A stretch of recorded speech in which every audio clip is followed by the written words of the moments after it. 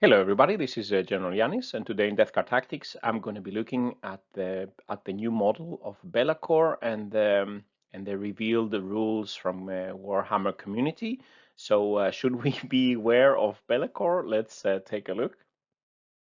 So today, the 16th of March, so Games Workshop had already revealed the new model of Be Lakor, the name Demon Prince HQ choice for our cousins, the Chaos Demons. And really, it's a very awesome looking model.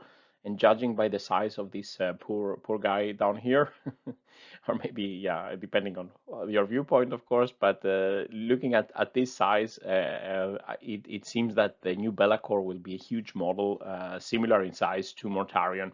And I have a picture at the end with I tried to put an ultramarine on Mortarion so you can see the size. So let's take a look at the revealed stats for Be Lakor and the potential threat to our units and Mortarion even. So let's look at the revealed weapon stats for Be Lakor. So he has the Blade of Shadows, this very cool looking sword. It has now two profiles, the sweeping strike with 2 hit rolls per attack, but otherwise, yeah, nothing super scary for our tough units. But of course, it would be good for Be Lakor to make damage to weaker opponents, let's say.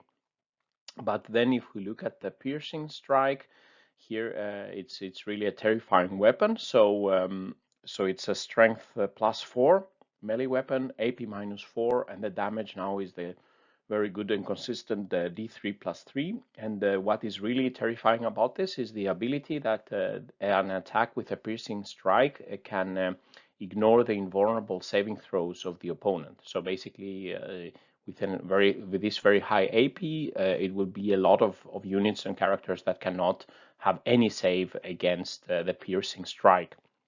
So if we assume that Be Lakor's base stats would stay the same as they are today, currently he's a strength 6 model, but the piercing strike with +4 would even be a strength 10, so it will be wounding most of the things on a 3+ or even 2+. So the AP -4 and the damage D3+3 weapon ignoring Invul saves. So the piercing strike is quite terrifying for any vehicle, monster, and character that stands in Be Lakor's way. And if we assume that he will keep his weapon skill at 2+ and keeping the 6 base attacks he has currently, I mean, maybe those will be modified, but let's see. He could pose a threat to basically anything in the Death Guard army. So I just did some quick damage calculations with this with the information at hand. So I'm just assuming the 6 attacks and hitting on 2+. So for Mortarion, he would be wounding on a 3+. And then Mortarion, unfortunately, would not have any type of save, and therefore the Be Lakor would be doing 13.3 wounds on average. So the D3+3 with Disgusting Resilience would give an average of 4 wounds, so varying from 3 to 5, let's say, but on average 4.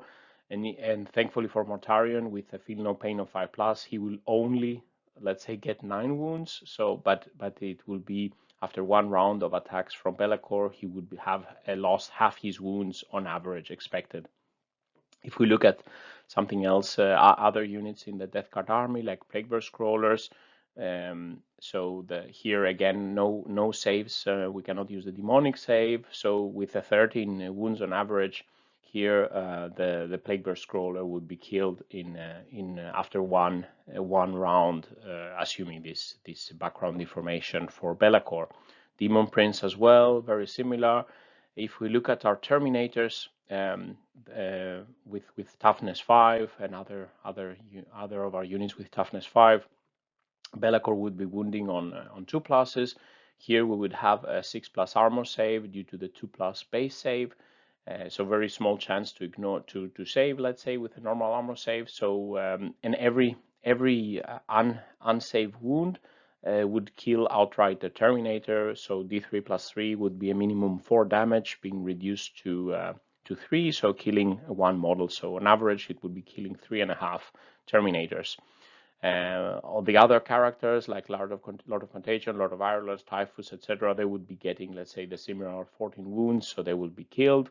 And even the Land Raider that has 16 wounds, This one doesn't have disgusting resilience, so it will be getting 17 wounds on average. And of course, you could be lucky on the rolls that some of these things survive, but the average is showing that he can basically one shot or one kill basically anything in the army. So here I'm assuming that he doesn't have any rerolls, which he has now, but I would assume that most of these reroll auras will be only for core units.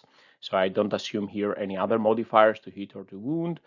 And as I said, with a D3 plus 3 damage, every time a wound is not saved by a Terminator model, then it is basically removed from the game.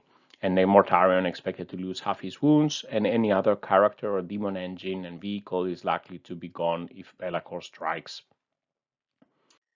And then looking at some other revealed rules for Be Lakor, in the Warhammer community, they showed the Immortal Vigor and the Shadow Form abilities.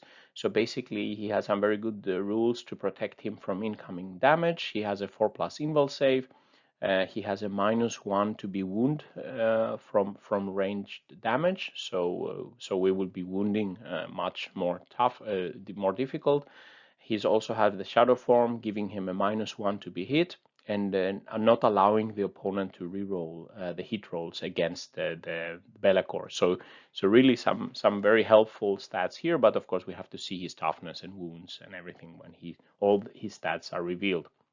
And additionally, it was mentioned that he will have his own psychic powers, the Noctic Discipline, and we'll have to see what type of powers there are in there. So summarizing and some final thoughts for this short review. So the Be Lakor is a really cool looking massive model, and you can see here I try to make the Mortarion with the same pose here. So you can see maybe he's even bigger than Mortarion, let's say, with his massive wings here. With the current revealed weapon stats, especially the ability to ignore invul saves, he poses a threat to almost any unit in the Death Guard army. Also has some very good durability abilities revealed, and his own psychic powers, which could open up for other interesting things with Be Lakor. And probably with his high durability, it will take a concentrated and concerted effort from our units to take out with some range shooting, maybe Mortarion killing him in melee, etc. But maybe we can also see as a chaos friend, let's say, and thinking about if you can't beat them, join them. Maybe it could be good to consider running him as a friend, like an allied Chaos Demon detachment. But of course, then we would be losing contagions rules, etc.